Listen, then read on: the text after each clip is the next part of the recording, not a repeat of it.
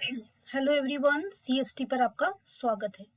Friends, आज के session में हम डिस्कस करेंगे एस्टेट पीजीटी कॉमर्स पेपर का मैथ्स और रीजनिंग का पोर्शन। 10 क्वेश्चन मैथ्स के होंगे और 10 क्वेश्चन किसके होंगे? रीजनिंग के। तो चलिए दोस्तों स्टार्ट करते हैं आज का session. Question number 61, in a code language distance is written as. Distance को हम ये राइट करेंगे और डॉक्यूमेंट को आपको देख रहे हो ये, तो आपने पहचानना है कि ये पर्टिकुलरली क्या कंसेप्ट इन्होंने यूज किया है जिससे कि आप किसको कोड कर सको? थर्सडे को। सी, आप देखेंगे इसमें कि फर्स्ट टू लेटर को क्या कर दिया है? रेसिप्रोकल कर दिया है। फर्स्ट टू लेटर को क्या किया है? रेसिप्रोकल किया है। डी आई को क्या कर दिया? I D. Then S T, S से सेकेंड लेटर लिख दिया यानी कि +1 कर दिया है। टी ए को उल्टा कर दिया है, ए टी। देन उसके बाद आप देखेंगे एन से नेक्स्ट लेटर लिख दिया है एन ओ यानी +1 कर दिया है। और सी को क्या कर दिया? रेसिप्रोकल उल्टा कर दिया है, सी ई को ई सी कर दिया है। सेम इसमें देखोगे आप ओ डी, देन सी से next letter D, U M को उल्टा कर दिया है एम यू। एम के बाद यहाँ पे ई की बात आती है, ई में +1 किया है ई एफ, और एन टी को उल्टा कर दिया है टी एन। तो यही प्रोसेस हम यहाँ पे अपनाएंगे।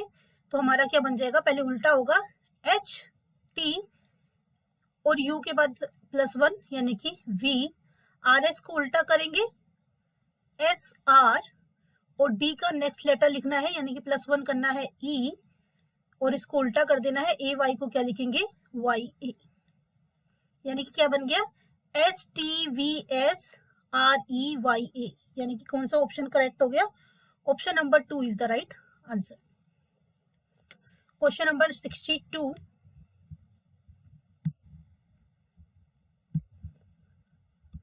कमला वॉक्स 10 मीटर टुवर्ड्स नॉर्थ। पहले पेपर में हमें ईस्ट वेस्ट नॉर्थ साउथ पता होना चाहिए। होता है ईस्ट, ये वेस्ट, ये नॉर्थ, और ये क्या होता है? साउथ। कमला जो है 10 metres towards north, 10 metre north की साइड गई। Then after that from there he walk 6 metre towards south. पहले 10 मीटर गई और फिर 6 मीटर क्या गई? वापसी आ गई। Then he walks 3 metre towards east, फिर वो 3 मीटर ईस्ट की तरफ चली। In which direction is with reference to the starting point. In which direction he with reference to his starting point. Kamal है, कमल वॉक्स किया 10 मीटर टुवर्ड्स नॉर्थ हमने किया, then back हो गया साउथ की तरफ, देन ईस्ट की तरफ। तो आपको इनिशियल पॉइंट से यानी कि जो स्टार्टिंग पॉइंट है यहाँ से क्या बताना है? पोजीशन। देखिए पोजीशन कहाँ है? नॉर्थ और ईस्ट के बीच में है, तो इसको क्या बोलेंगे? North east. स्टार्टिंग पॉइंट से अगर आप देखोगे तो ये ईस्ट है, ये नॉर्थ है, और इसके बीच की लाइन है, तो इसे क्या बोलते हैं? North east. क्लियर है? क्योंकि इस तरह से होती है पूरी पोजीशन। ये होता है ईस्ट, ये होता है वेस्ट, ये नॉर्थ, ये साउथ, नॉर्थ ईस्ट के बीच का नॉर्थ ईस्ट, नॉर्थ वेस्ट के बीच का नॉर्थ वेस्ट, साउथ वेस्ट के बीच का साउथ वेस्ट, ईस्ट और साउथ के बीच का साउथ ईस्ट। तो हमारा कहाँ है? नॉर्थ और ईस्ट के मिड का।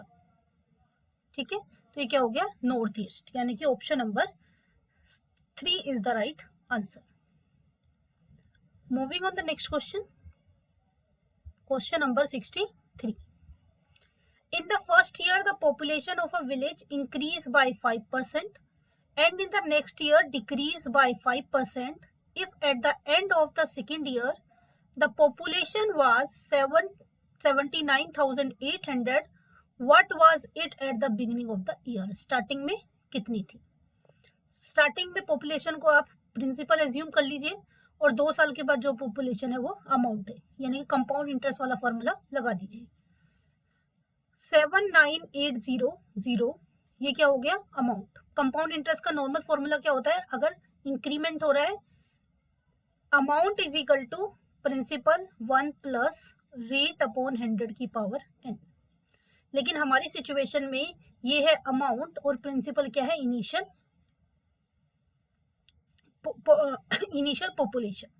तो अगर इसको आप यूज करोगे फॉर्मूले में तो हम कैसे यूज करेंगे, 79,800 इनिशियल पॉपुलेशन को पी ही रखिए, पहले क्या हुआ है, इंक्रीज हुआ है, इंक्रीज हुआ है मीन्स 1 + 5/100 यानी कि क्या हो जाएगा 105/100। नेक्स्ट ईयर क्या हुआ है, 5% डिक्रीज हुआ है, 1 - 5/100 यानी कि 95/100। क्या किया मैंने फॉर्मूला लगाया A = P, पहले इंक्रीमेंट हुआ तो 1 + R/100 और नेक्स्ट ईयर डिक्रीज हुआ तो 1 - R/100। तो ये चीज सिर्फ आपको दिमाग में रखनी है, हमें तो यहाँ से सोल्यूशन करना है क्योंकि हमें एग्जाम में टाइम सेव करना होता है। तो हमारा अमाउंट यानी कि 2 साल के बाद की पॉपुलेशन, इनिशियल पॉपुलेशन इंक्रीमेंट हो रहा है इसलिए जो रेट है वो प्लस हो गई, 5% है तो 105/100, कम हो गया 100 - 5 95/100। सोल्व कर दीजिए इसको, 5 × 2 = 10, 5 × 1 = 5, 5 × 2 = 10, 5 × 1 = 5, 5 × 9 = 45, 5 × 2 = 10। 21 से इसे करेंगे, 21 से 3 पे गया पहले, देन 8 × 1 = 8, 8 × 2 = 16, 3800, देन 19 × 2 = 38 और ये 20 इधर डिवाइड करें, इधर आके क्या करेंगे मल्टीप्लाई, यानी कि आंसर क्या आ जाएगा आपका 4 × 2 = 8 और 4 0 यानी कि 80,000। इनिशियल कितनी थी 80,000, ये 20 इधर डिवाइड करें तो उधर जाके क्या करेंगे मल्टीप्लाई, 20 × 20 400, 80,000 क्या आ गया आपका इनिशियल पॉपुलेशन, यानी कि आंसर क्या आ गया option number 3। Clear. Then question number 64, find the wrong term. पहले नंबर से ही देखते हैं, नंबर से देखना आसान होता है। 1 + 4 5, 5 + 4 9, 9 + 4 क्या होना चाहिए 13, 13 + 4 17, बाकी सही है, यानी कि टर्म रॉन्ग कौन सी है 15 LS, और कुछ देखने की जरूरत ही नहीं पड़ी, यहीं से क्या हो गया option number 3 is the right answer. Clear. Then moving on the next question, question number 65. See, the radii of two cylinder are in the ratio of 2:3 and their heights are in ratio of 5:3. The ratio in their volume. Cylinder की volume का formula आपको पता होना चाहिए। Volume of cylinder क्या होता है πr²h। अब देखिए दोनों वॉल्यूम में हमें रेशियो निकालना है, तो क्या हो जाएगा पाई का पाई, आर पहले वाले का 2, दूसरे वाले का 3, h पहले वाले का 3 और दूसरे वाले का 3। तो अब रखते हैं यहाँ पे πr², r क्या है 2, 2 का स्क्वायर, πr²h, फर्स्ट वाले का h क्या है 5, देन πr², रेडियस का वैल्यू है 3, 3 का स्क्वायर इंटू h, पाई से पाई कैंसिल, 2 × 2 = 4, 4 × 5 = 20, 3 × 3 = 9, 9 × 5 = 45, सॉरी कुछ गड़बड़ हो गया, ये है 3। सेकेंड वाले का अगर हम बात करें रेडियस की तो सेकेंड वाले का रेडियस भी 3 है और हाइट भी क्या है 3, 3 × 3 = 9, 9 × 3 = 27, यानी कि रेशो क्या आ गया 20:27। Option number second is the right answer. Clear. Next question number 66, Mr X said about Mrs Y, Mrs Y is the wife of the grandson of my mother, how is Mrs Y is related to Mr, how is Mr X is related to Mrs Y.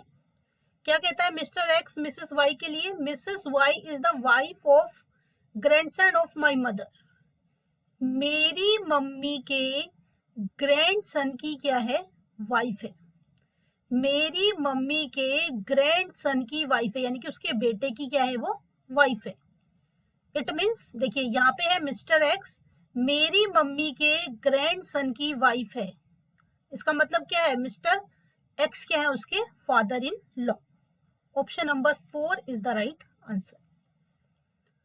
How many independent meaningful word can heartless be divided into without changing the order of the letter and using each letter only once. एक letter को एक ही बार use करना है और आपको बताना है इसे कितने इंडिपेंडेंट वर्ड्स में कन्वर्ट किया जा सकता है। ये एक डिस्प्यूटिव क्वेश्चन है, बहुत जगह पे इसको रिजेक्ट कर दिया जाता है, इवन एस्टेट में भी इसको रिजेक्ट कर दिया गया था।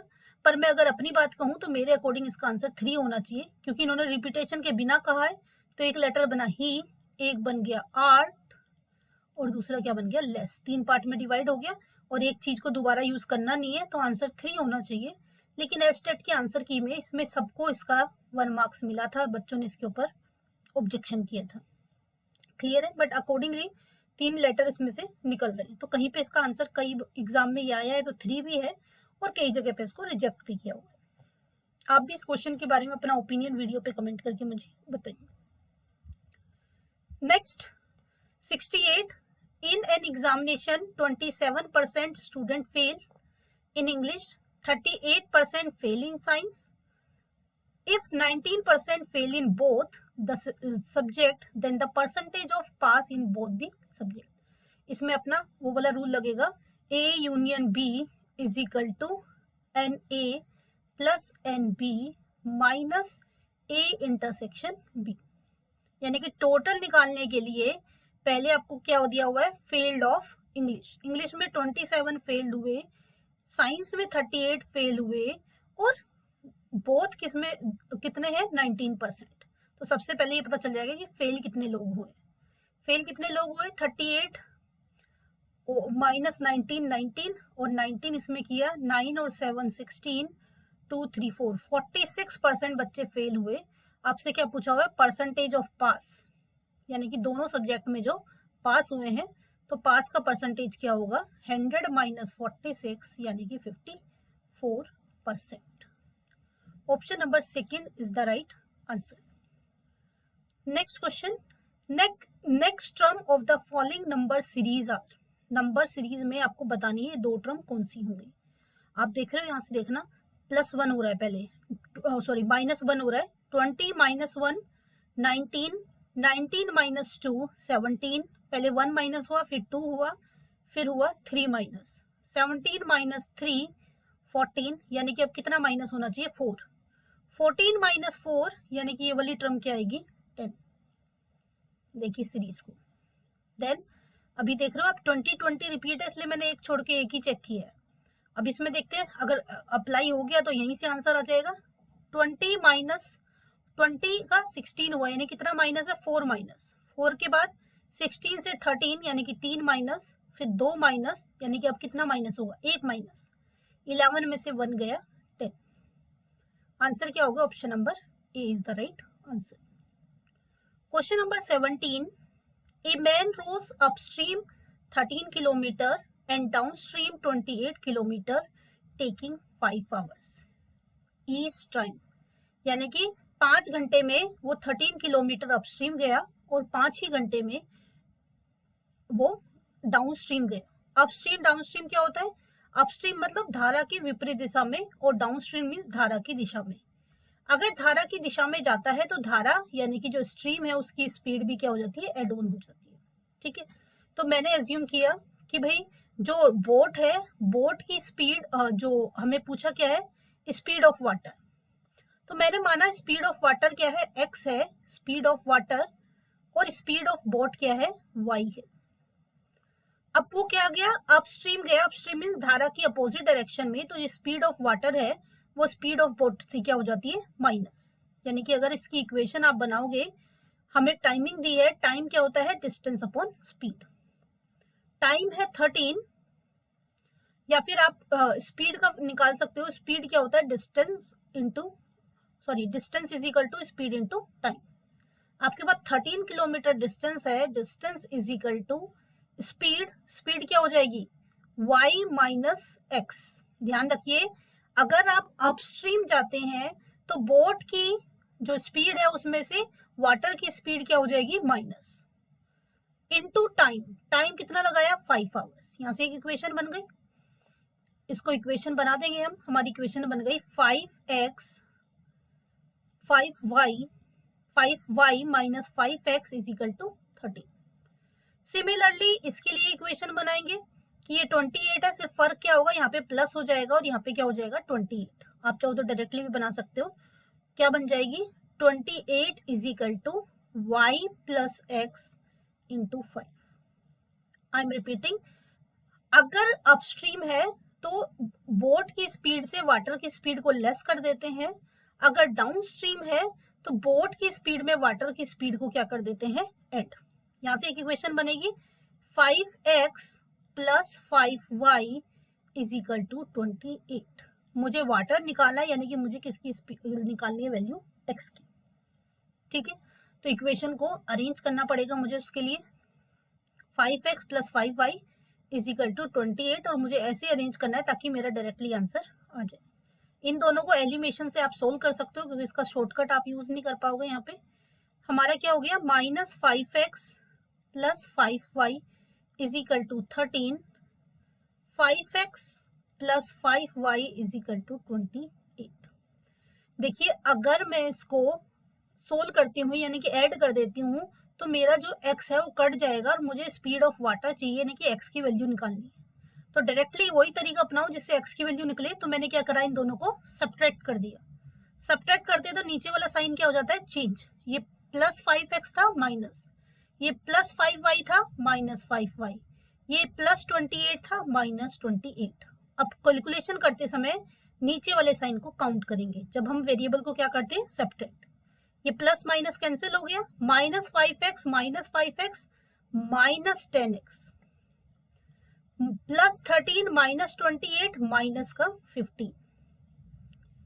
माइनस से माइनस कैंसिल, x की वैल्यू क्या आ गई, 5 2 जा 10, 5 3 जा 15, यानी कि 3/2। 2 से इसको कट किया, 1.5 आवर्स। ये आपका आंसर आ गया, यानी कि option number 1 is the right answer.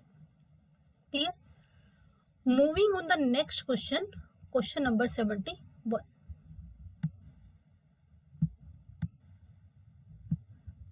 Question number 71. If Shams write down all the integers from 1 to 100, then how many times does he write 3?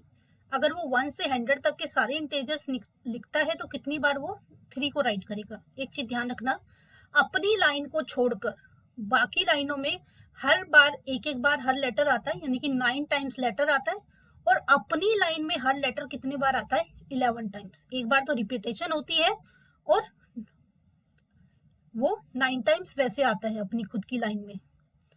जैसे 3 की बात हो रही है तो 30, 31, 32, 33 रिपीटेशन हो गए, इस तरह से 39 तक। तो टोटल कितना होगा, 20। ये हर लेटर के लिए अप्लाई है। 9 टाइम्स, यानी कि 1 टाइम्स 9 लाइन में आएगा, और अपनी खुद की लाइन में कितनी बार आता है वो 11 टाइम्स। तो 20 क्या हो जाएगा इसका correct answer. Clear? Then question number 72। A is elder to B. A क्या है, बी से बड़ा है। A is elder to B, while C and D are elder to E. C और डी जो है वो ई से एल्डर है, ई से बड़े हैं। ई लाइज बिटवीन ए एंड सी, जो ई है वो ए और सी के बीच में है। आई एम रिपीटिंग, क्या कह रहा है, A is elder to B, C and D are elder to E, and E lies between A and C, यानी कि जो ई है वो ए और सी के बीच में आएगा। अब आप देख रहे हो जो सी है वो ई से बड़ा है, तो बीच में आने का मतलब है सी से क्या रहेगा, वो नीचे रहेगा। तो जहां सी होगा ये हो गया डी, इसके बीच में ई हो गया और ए हो गया उसके नीचे, और बी उसके भी नीचे था एज पर क्वेश्चन। सी और डी की पोजीशन पता नहीं है कौन ऊपर नीचे है, लेकिन हमें ये पता चल गया कि भाई सी डी ई से बड़े हैं और ए और सी के बीच में ई आ रहा है, इसका मतलब ए और बी इससे क्या है, छोटे हैं। Which of the following statement is necessary true. इनमें से कौन सी स्टेटमेंट ट्रू होगी। ए इज एल्डर टू सी, ए बड़ा है सी से। सी इज एल्डर टू डी, ये तो पता नहीं चल रहा है भाई सी डी से बड़ा है या नहीं है, इंफॉर्मेशन नहीं है उस कंसर्न में। D is elder to C, D C से बड़ा है, ये भी नहीं पता चल रहा। E is elder to B, E is elder to B, ये हमें डेफिनेटली इस स्टेटमेंट से पता चल रहा है कि ई बी से बड़ा है। Option number 4 is the right answer, क्योंकि यहाँ पे सी और डी की पोजीशन हमें नहीं पता चल रही है कि कौन ऊपर है इन दोनों में, तो ये दोनों फॉल्स हो गई और ट्रू स्टेटमेंट क्या हो गई, E is elder to B. Clear? Moving on the next question. Question number 73. Among M, T, R, K and D, each having a different height, M is sorted only from T. M जो है सिर्फ T से छोटा है. M जो है सिर्फ T से छोटा है. M is shorter only from T and D is taller only from K. जो D है वो सिर्फ K से बड़ा है. D सिर्फ K से बड़ा है. D is taller only from K. D जो है K से बड़ा है और T जो है वो M से एल्डर है. आगे क्या कह रहा है? D is taller only from K. Who among the third tallest person among them? इनमें से कौन सबसे बड़ा होगा? देखिए ये सिर्फ इसी से छोटा है, यानी कि M सिर्फ T से छोटा है तो इनकी पोजीशन तो चेंज होगी नहीं. ये कह रहा है ये सिर्फ इसी से बड़ा है, ठीक है, यानी कि इनकी पोजीशन भी चेंज नहीं होगी. R कहाँ जाएगा? बीच में. अब यहाँ पे पूछा है आपसे who will be the third person among them. Third person कौन होगा? थर्ड पर्सन होगा R. Option number 4 is the right answer. Clear? Moving on the next question 74. Square root of, इसका स्क्वायर रूट निकालना है, यानी कि क्या निकालना है आपका? Square root. ये देखिए इसमें a square minus B square का फॉर्मूला आप लगा सकते हैं. क्या है ये? 4 1 जा 4 और 3 7. 7 बाई 4 का स्क्वायर, उसका भी स्क्वायर. 7 बाई 3 का स्क्वायर और उसका भी स्क्वायर. अंडर रूट में चल रहे हैं, ये अंडर रूट मान के चलिए. और नीचे क्या है? 7 बाई 4 का स्क्वायर माइनस 7 बाई 3 का स्क्वायर. देखिए ऊपर वाला a square minus B square के फॉर्मूले से खोलोगे तो क्या हो जाएगा? a minus B A plus B, और जो माइनस है उससे ये क्या हो जाएगा? नीचे वाला कैंसिल. अल्टीमेटली बचेगा क्या हमारे पास रूट में? 7 बाई 4 का स्क्वायर माइनस 7 बाई 3 का और प्लस 7 बाई 3 का स्क्वायर. एक बार फिर से रिपीट कर रही हूँ. हमने क्या किया? ए स्क्वायर माइनस बी स्क्वायर का फॉर्मूला लगाया. ए स्क्वायर माइनस बी स्क्वायर क्या होता है? ए minus B A plus B. A क्या है? 7 बाई 4 का स्क्वायर और बी क्या है? 7 बाई 3 का स्क्वायर. ए माइनस बी करोगे यानी कि 7 बाई 4 का स्क्वायर माइनस 7 बाई 3 का स्क्वायर, नीचे वाले को क्या कर देंगे? कैंसिल. बचेगा क्या? 7 बाई 4 का स्क्वायर प्लस 7 बाई 3 का स्क्वायर. अब इसको रूट से बाहर निकाल दीजिए. क्या बन जाएगा ये आपका? 7 7 जा 49. वेट ए मिनट, थोड़ा सा स्पेस बना लेती हूँ मैं. क्या हमारा बन जाएगा ये? 49 बाई 16 अपना बन गया ये 49 बाई 16 प्लस 49 बाई 16. यही बनेगा 49 बाई 16, 49 बाई 16. अब इसको सोल्व करोगे आप. 49 कॉमन आ गया, सॉरी ये 9 है. 49 कॉमन आ गया हमारा. एलसीएम लोगे अंदर तो क्या बचेगा? ये 9 प्लस 16 और नीचे क्या आ जाएगा? 16 इंटू 9. 49 को रूट से बाहर निकालोगे 7. 16 और 9 25 हो जाएगा. 25 का स्क्वायर रूट क्या होता है? 5. 16 को स्क्वायर रूट से निकालोगे 4 और 9 को स्क्वायर रूट से निकालोगे 3, यानी कि क्या आ गया? 7 5 जा 35 और 7 4 3 जा 12. कितना आ जाएगा? 12 2 जा 24, 24 6 5 11 आ गया. 110, यानी कि ये आ गया 2 and 11 by 12. 2 and 11 by 12 कौन सा है? 2 and 11 by 12 ऑप्शन नंबर 1 है. 2 and 11 by 12 यानी कि हमारा option number 1 is the right answer. ये थोड़े से स्टेप आपको समझाने के लिए मैंने लिखे हैं. इसमें तो बहुत सारे स्टेप्स हम लोग ओरली कर सकते हैं, स्किप कर सकते हैं. Clear? Moving on the next question, question number 75.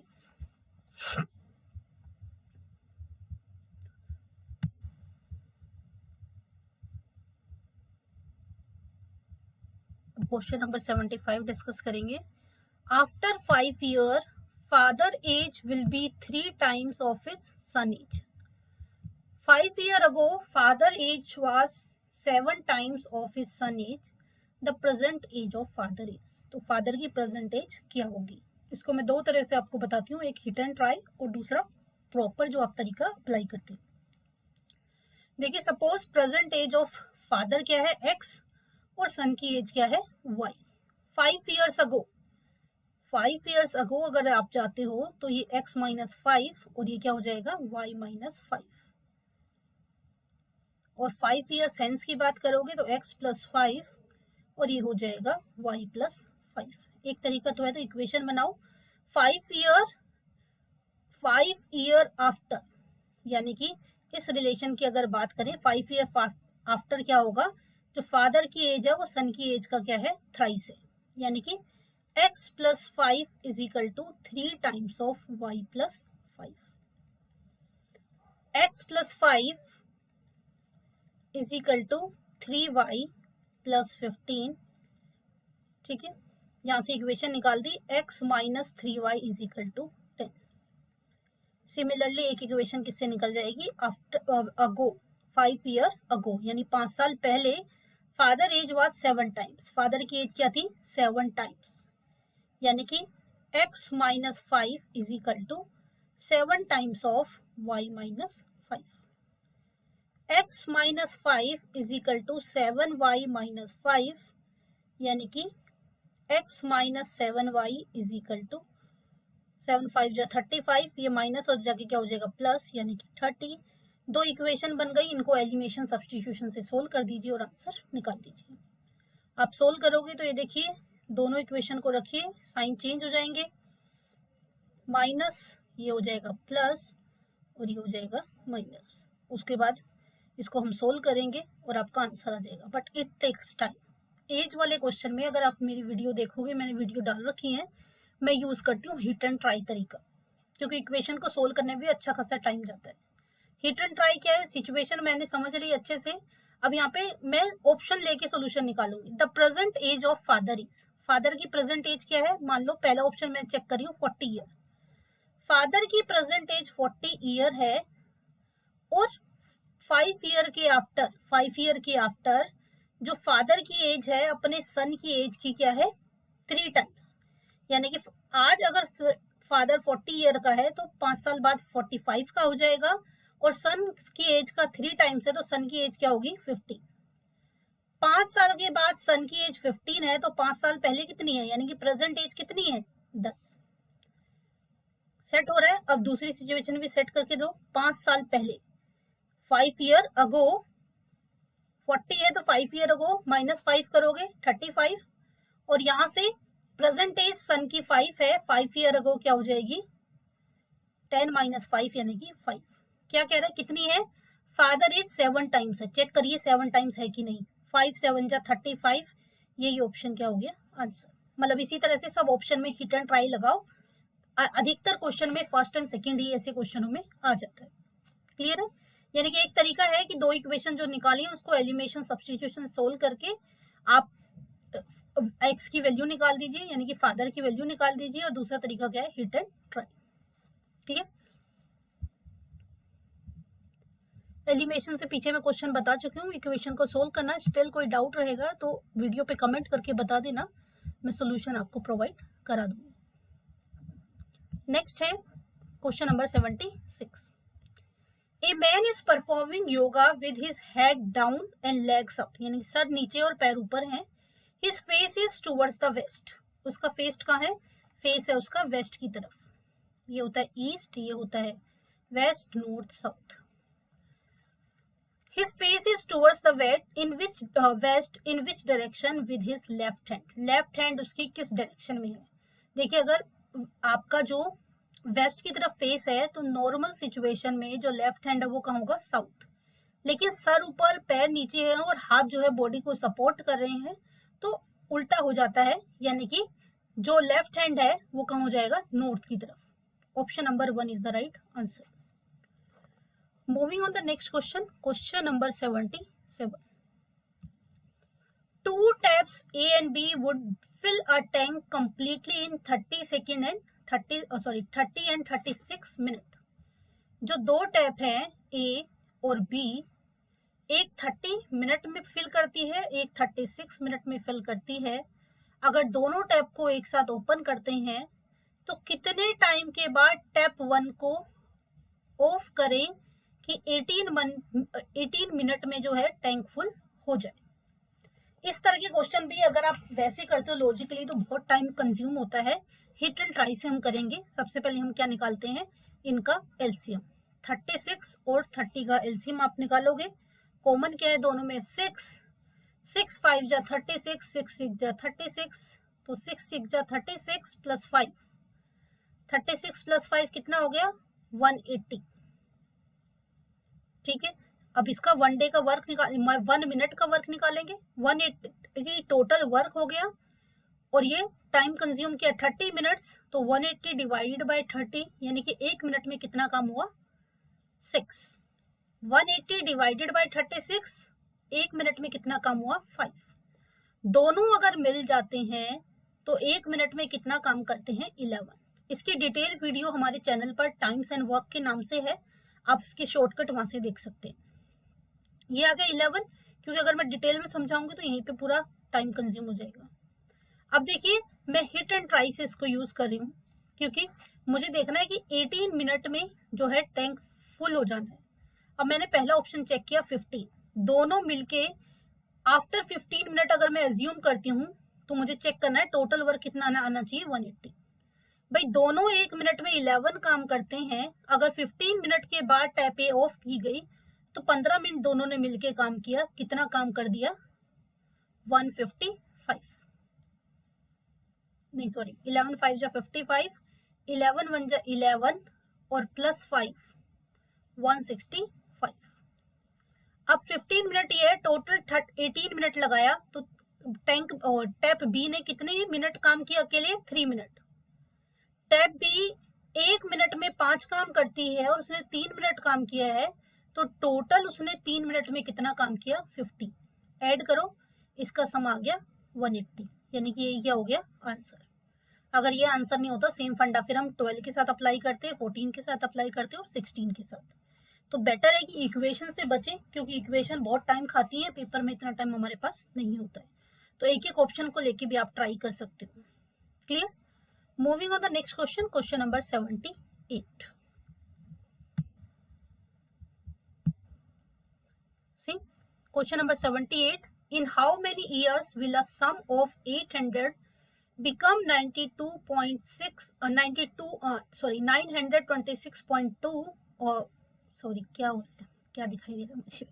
In how many years will a sum of rupees 800 become rupees 926.10 at 10% per annum interest compounded half yearly? Interest कैसा कंपाउंड हो रहा है, हाफ ईयरली। अब rate अगर 10% per annum है तो half yearly क्या होगा, 10 डिवाइडेड बाय 2 यानी कि 5% हाफ ईयरली। ठीक है, पूरा अपना कंपाउंडेड, क्योंकि कंपाउंडेड की है तो क्या फॉर्मूला होता है, अमाउंट यानी कि 926.10 amount is equal to principal 1 plus rate, rate है 5% अपॉन टाइम। टाइम हमें नहीं पता, टाइम कैलकुलेट करना। सी यहां से ओपन करते हैं इसको, 926.10 divided by 800 is equal to 105 upon 100 की पावर टी। कट किया, 5 2 जा 10, 5 1 जा 5, 5 2 जा 10। पॉइंट हटाया इसका 0 0, एक 0 से एक 0 कैंसिल। अब देखिए नीचे 20 है, यानी कि 20 की पावर बन रही होगी, यहां से आइडिया लग जाएगा कितनी पावर है, 8000 कब आएगा, 20 की पावर 3 में। 2 2 जा 4, 4 2 जा 8, यानी कि क्या बन जाएगा, 21 अपॉन 20 की पावर 3, और ये 21 अपॉन 20 की पावर टी। टाइम कितना आ गया, 3 half yearly. T is equal to 3 means 3 half yearly. Half yearly rate use किए, 3 हाफ ईयरली को अगर एनुअल में कन्वर्ट करोगे तो क्या आ जाएगा, 1.5 year. Option number second is the right answer. 3 half yearly and 1.5 year. Half yearly कितने month की होती है? 6 मंथ की। तो 3 हाफ ईयरली में क्या हो गया? 18 मंथ हो गए, यानी कि 1.5 year. Clear? Next, the least square number which is divisible by 8, 15, 24। वो लीस्ट नंबर और कैसा होना चाहिए? स्क्वायर भी होना चाहिए। तो आपको बताना लीस्ट स्क्वायर नंबर जो कि 8, 15 और 24 से डिवाइड हो जाए। ये स्क्वायर नहीं है, ये भी स्क्वायर नहीं है। अब आपके पास दो नंबर हैं स्क्वायर, 36, 100 और 64। चेक कर लीजिए। 8 से 36 डिवाइड होता है, यस। 15 से करोगे, हो रहा है। 24 से 8 3 जा 24 होता है, तो 8 से भी हो रहा है और 3 से भी हो रहा है, यानी कि 24 से भी ये डिवाइड होगा। लीस्ट पूछा है तो दूसरा चेक करने की जरूरत ही नहीं है कि दूसरा इससे क्या है, बड़ा है। Option number 3 is the right answer. Clear? Moving on the next question, question number 80. If the selling price of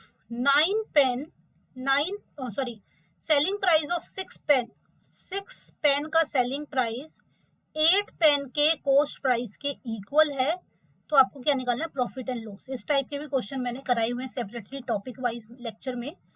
क्या बताया हुआ है? सबसे पहले तो अगर एसपी वाला सीपी वाले से कम है, इसका मतलब प्रॉफिट हो रहा है। पहली चीज तो प्रॉफिट वाला ऑप्शन होगा, लॉस कट कर दीजिए। प्रॉफिट कैसे निकालते हैं? डिफरेंस 8 और 6 का डिफरेंस क्या हो गया? 2 divided by value with SP into 100। क्या तरीका है? अगर एसपी वाली वैल्यू सीपी वाली वैल्यू से कम है, यानी कि जितने में 8 चीजें खरीदी थी उतने में 6 बेची हैं, यानी कि क्या हो रहा है? प्रॉफिट। और वैसे भी नहीं तो दिमाग में सेट करिए, अगर एसपी के साथ वाला छोटा है सीपी से, इसका मतलब प्रॉफिट हो रहा है। तो profit percentage, profit divided by value with SP into 100। 2 3 जा 6, ये क्या आ गया? 33.33, यानी कि option number 4 is the right answer. Clear?